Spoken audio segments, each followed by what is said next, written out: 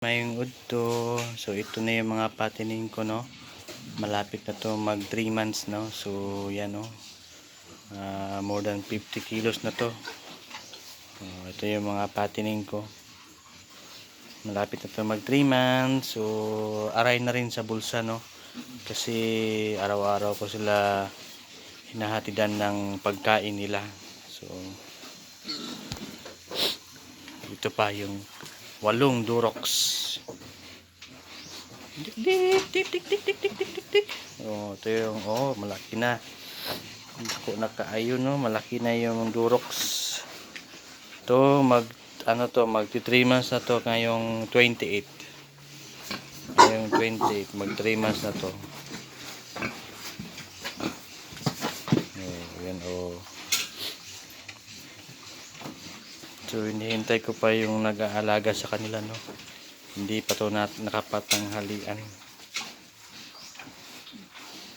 Durox.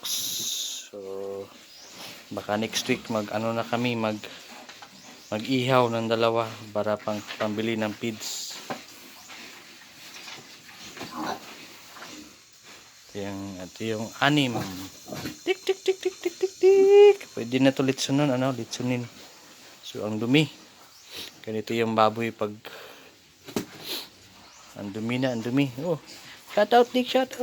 Tik. Ito yung baboy pag hindi mo na. So ang dumi nila, ang dumi, ang baho. Yung isa, Tsaka init ng katawan. Init ng katawan nila.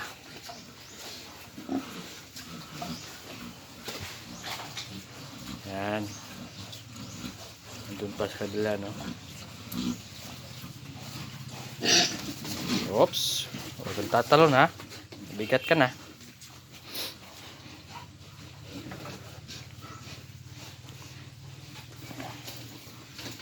Yan. Durox.